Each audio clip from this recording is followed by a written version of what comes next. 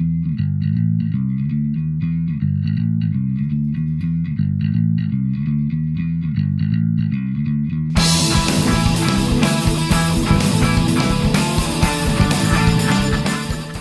and welcome to Hobby Vlog number 70.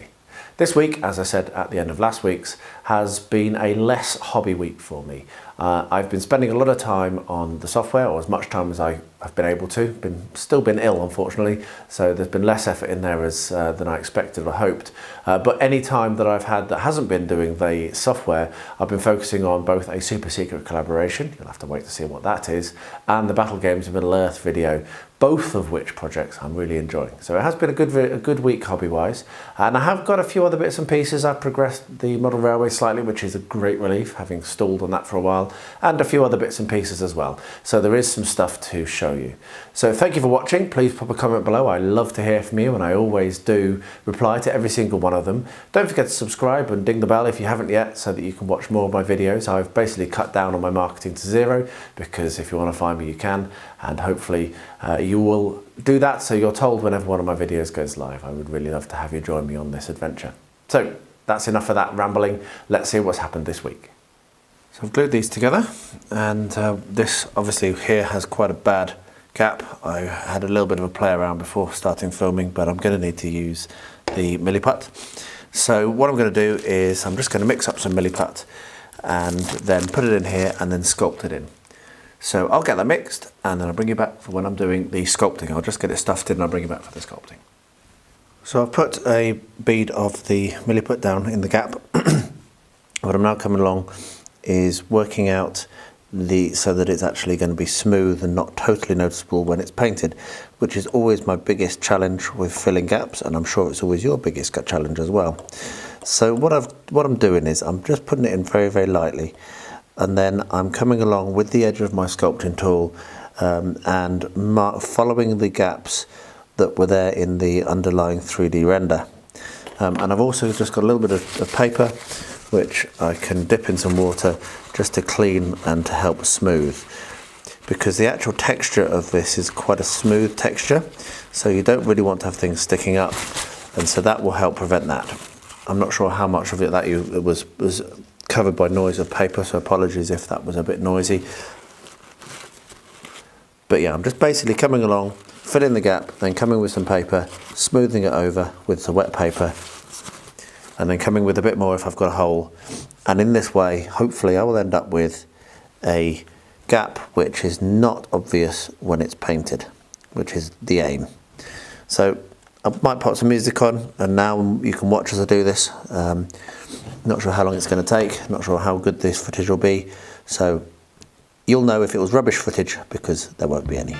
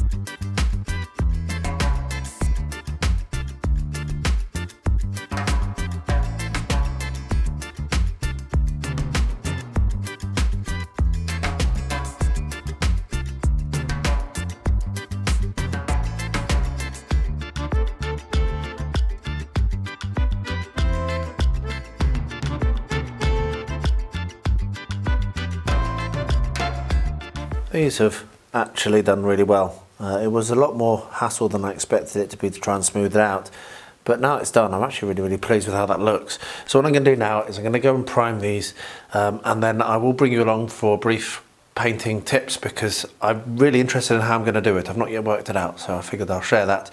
But yeah, we're nearly finished actually. This is one of the things with 3D printing. It takes so much quicker once you've got to this stage. I mean, I'd be sitting there for ages carving out those lovely stone details, but that's pretty much done. So yes, I'm going to go and prime it now, and I'll bring you along for what colours I end up using to actually paint them.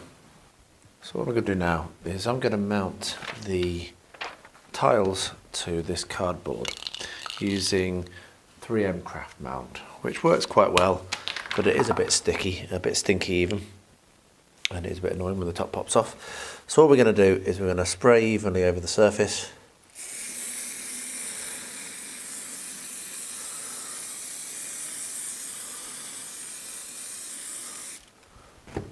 And with that done, we'll press this down very carefully on top.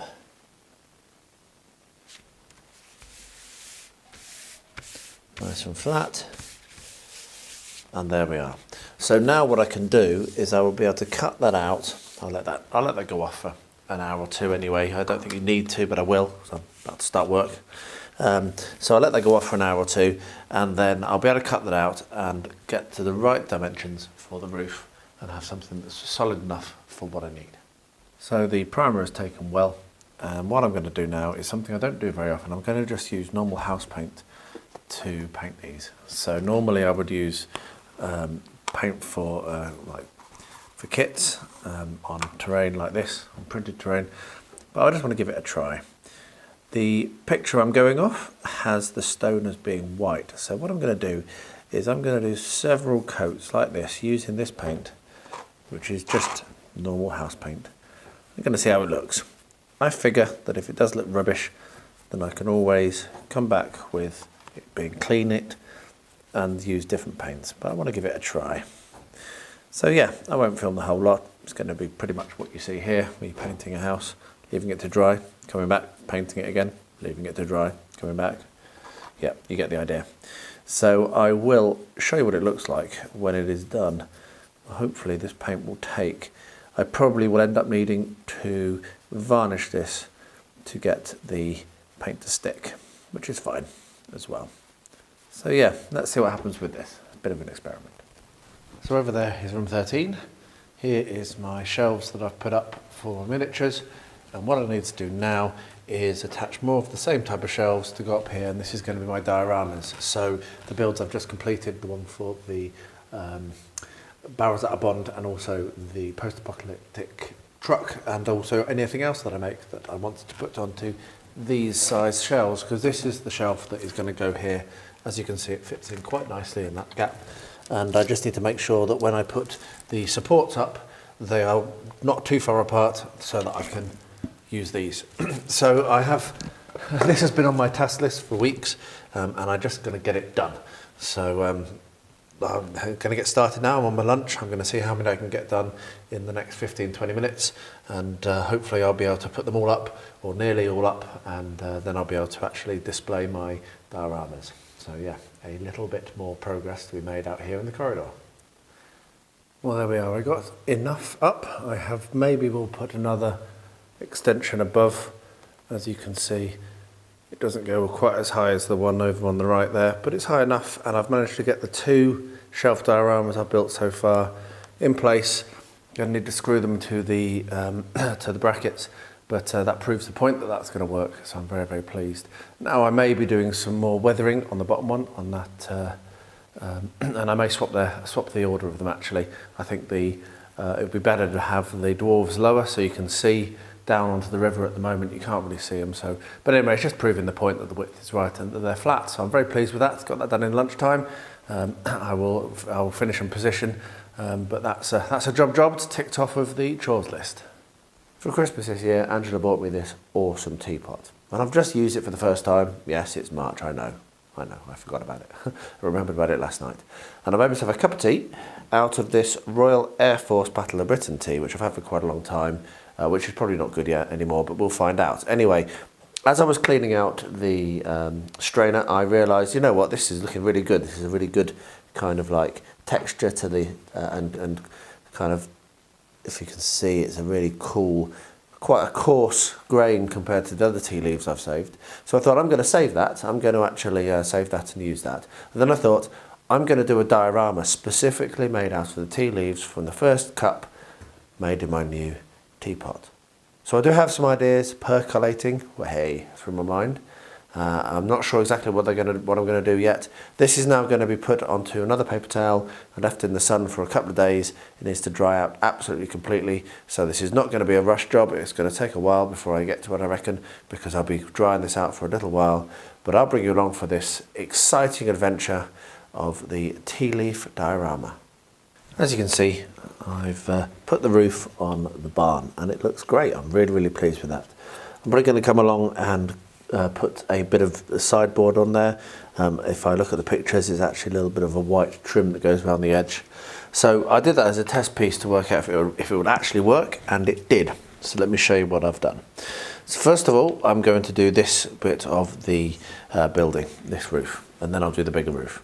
So the first thing to do is to work out roughly what the size you need. So if I take my ruler, I can see that for a very small overhang, I'm going to want to cut that to be 65 millimeters. I can then have a look at the actual dimensions going across, and it's 35 millimeters to the center, so that's going to want to be 70 millimeters. Now, as it happens, that dimension is the same dimension as I've got here. However, unfortunately, it's actually for the other way around, so I can't just follow that because of the way that the direction of these tiles is that way.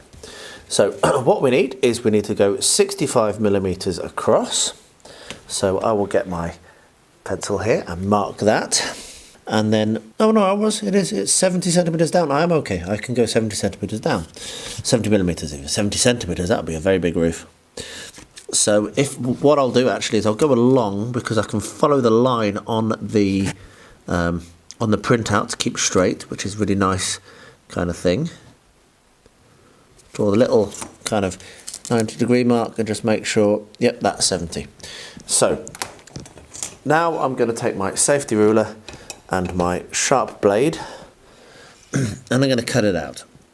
And I do this with the knife because you can actually be much more accurate with a knife than you can with scissors, as long as you're careful. But do be careful, make sure you have yourself a safety ruler.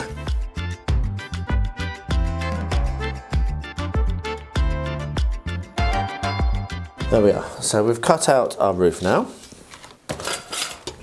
So the next thing to do is to score the roof so that it will bend. So we actually want to score it on both sides. So what I'll do is I'll get my ruler again and I will find the center point, which, because this is 70 mil, is going to be at 35. So we can put a mark there and we can put a mark on the other side. And this time we're going to score it very lightly. Make sure you don't cut right the way through, so otherwise it'll be more difficult for you to glue down. It's just a very light score, just to help with the folding process. There we are. And what we'll do is we'll do the same on the other side, because that's where the card is, and it'll be much harder for us to fold this if we don't, and we might end up damaging it. There we are. Now that we've scored that, you can see that folds quite nicely. It does leave us a little white mark, which we're going to deal with later. And then when we put that on, you can see that sits and fits really nicely. So what I'm actually going to do, this one I did with PVA. Now that worked okay because it was quite small, and I was actually able to kind of lean it up against something like this with a weight on it, and that's held it down. But for this, it's going to be a little bit more of a challenge for me to glue down, I think. What I might be able to do is come in with a weight like that and put another weight on the other side, and that might be able to hold it. I will give that a go, and when I've got it glued, I will show you what I've done, rather than kind of like juggle around on the camera, which will be a bit annoying to watch. But the next stage is basically to glue that down. So apply glue along each of the edges here and up on the ridge, down and along the bottom. And if you wish, apply a little bit of glue along the edge, which is going to go into the building as well, just to make it really secure. And then I will leave that overnight when it's done. So I'll bring you back in a minute when I've actually got it glued down and tell you what I did. So I have done that. I've used PVA. I ran it where I suggested, including up against the edge, and then I'm weighting it down with these two. This is about all the exercise my barbells get nowadays, is being used to hold things in place, and hopefully that will now dry nicely. So I'll leave that overnight and we'll check it again, and if it has dried, then I'll do exactly the same thing for the top, and then this will be ready apart from the doors and windows, which I'm waiting on being delivered. So yeah, really pleased to have actually got some more time on this, and yeah, slowly but surely we're getting there. There we are. I'm happy with them. That wash is not the tidiest in the world, but I'm really pleased with how it looks, particularly around the front door and on the steps. Happy with the doorway, and that's going to look really nice as part of the diorama, or part of the board for the Gaslands. So that's really cool. So I'm going to wrap that up there. That's those two buildings finished. I'm not going to glue the tops on, just because it gives a little bit more access and makes it a little bit easier to store. So I'm just going to leave the tops unglued. But what I am going to do now is put all of this stuff, including the build for the TCU, which I finished as well, which this is going to go with, onto a shelf, and I'm going to put that onto the wall outside room 13. So I will show that at the end of this video, what it looks like. So I'll show that next once I've done that, and then we'll wrap this build up. I haven't done many updates on my 20-minute hobbying, but this evening I did about 2.5 hours in my 20 minutes of hobbying. These are a bunch of 20mm late war British that I ordered 2 years ago or more from Grubby Tanks, and they've sat in a bag. And one of the first benefits I've actually got from doing my shelving and pulling out my mountain of opportunity is the fact that I've actually got these. I've gone through, I've identified them all. You can see there's a little label on, and that is what the unit actually is. And I've stuck them all onto these tongue depressors. All, when I say all of these, it took me about 2.5 hours. There were some duplicates. Any that are duplicated, yes, there's a lot. Any that are duplicated, I've just not done, and I'll do another time, mainly because I only had one label for each printed out, so I'll fix that up. They'll be easy enough to identify. They're all late war British, apart from this unit here with the amazing flag and what have you. That's a random Japanese unit that I picked up just because it looks cool. So what I'm going to be doing now, this is my next project that I'll be doing in my 20-minute evening sessions, and I will actually try to add a little bit more to the vlog, I think, about this. It is a relatively large part of my hobbying. That has basically been all I've done in this session. Tonight I've not had time to do anything other than that, but I'm really glad to have got them all sorted out, and now tomorrow I can make a start priming them. So anyway, there we are. That's another little bit of hobbying that I've managed to do. As you can see, I've managed to put everything onto the shelf now, all of the scatter terrain, as well as this house designed by Quinn, which is representing the Flintstones House, and looks really nice with all the rest of the kit, and is actually the perfect size. If it wasn't for this dirty great big kind of like sailbone thing on top, then the Flintstones car would fit perfectly into the garage. So yeah, I'm really pleased with how that looks with the rest of the terrain, and hopefully we'll be able to get a game in. A little bit of a sneaky peeky. This shelving display now has at the top the post-apocalyptic diorama, which was not in the vlog, but there will be a video coming out of that on a Tuesday at some point in the near future. And then below it, the Barrels Out of Bond diorama, which is looking really nice. And I'm very pleased with this little display I've put together here, just of some of the stuff that I've made. It's nice to be able to look at things rather than just shoving it in a box and never seeing it again. Talking of that post-apocalyptic diorama, I had a bit of a moment while I was making it. I shared pictures on a Discord I'm a member of, the Chilling Wargamers group. You'll have seen that logo on my stuff, and also there's an invite below if you want to come and join us, please do. And one of the guys there, much more knowledgeable than me about 75mm miniatures, asked me where I'd managed to source a couple of my minis, and you'll recognise these two when you see the video. You'll see, and I picked them up on eBay, and I, like an idiot, thought they were fine, but apparently they were recasts, which really does upset me a lot, because I really dislike that entire thing for any reason at all, and I was dreadfully unhappy at myself for being stupid enough to not realise before I was told. However, the guy did point me in the direction of where I could source the originals, and so I've managed to go away and buy the originals. Now that doesn't obviously take away from the fact that I did buy the recasts, but what I do now have are the original models, which I will do a proper unboxing of, and in a video that will be dedicated to it. But yeah, just be careful of recasts, careful of China.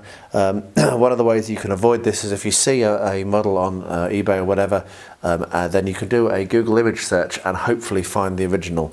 If you're unsure at all, then why not pop over to the Chilling Wargamers group and see whether any of us can help you out there with whether it's recast and with finding the original, because yeah, these guys who sculpted these deserve to have the cash, not some thieving bastard who couldn't be creative to save their world. Sorry for being a bit emotional, but I am a bit upset at myself. So yeah, there we are. So I'll do an unboxing of these properly at some point in the future. Just be careful of recasts. This week, in my 20 minutes, I managed to finish off the next batch of Blood and Plunder as well. So what I'm going to do now is the same things I've done before. I'm going to put them on the display boards. So I will cut out the top, which shows the name of the unit and has the pictures, as you can see here, and then glue that on, and then I can know what each unit is and not get confused, which is easy for me to do, and they will look really nice on my shelf. So I'm going to get that done now, and that's going to really nicely kind of display on the board, and it means that I think I have 2 full starter sets completed, which means that there's even a chance I can get a game. So here we are, the roofs are on, and I think they're looking really, really nice. But of course, they're sat in a white field of deadness. And that it brings me to my aim for this upcoming week is to get the farmyard done, and at least the track and the modelling compound for the rest of this upper area, because it's been a shame. I missed the deadline of her birthday. That kind of deflated me a bit, made me feel a little bit rubbish, because I really wanted this to be a lot further along. But hey, that's how life is, and now I've compounded that by kind of feeling bad and not doing anything to it. So let's see whether I can manage to crack on with this in the coming week and get a little bit more done. We shall see. But for now, the buildings have their roofs on, and we can start to really dress around them. Well, there we are. It was a short week, as I thought it was, but I did get a few things done, and I am pleased with those projects I managed to push ahead with, despite being distracted by other things anyway this week. Let's see what next week brings. I'm not entirely sure. I do still need to get this software done, so I do still need to focus on that quite a lot. But I do have other things. I would very much like to get the model railway done, as I've mentioned. I want to get that so that she can enjoy it, because, well, that's why I'm doing it, isn't it? So anyway, let's get back to an old tradition. I used to do this all the time as a tea toast. Please do have a cup of tea and enjoy my videos. There will be a few more coming out this coming week, Tuesday, Thursday, and potentially Friday. So yeah, I hope that you enjoy them. Pop a comment below, let me know what you think. Don't forget to subscribe. Let's have a sip. That's better. That's my first cup of tea of the morning, Sunday morning, as I record this, and I tell you what, I really need that. So let me close off by saying, as I always do, please stay healthy, stay safe, and stay well.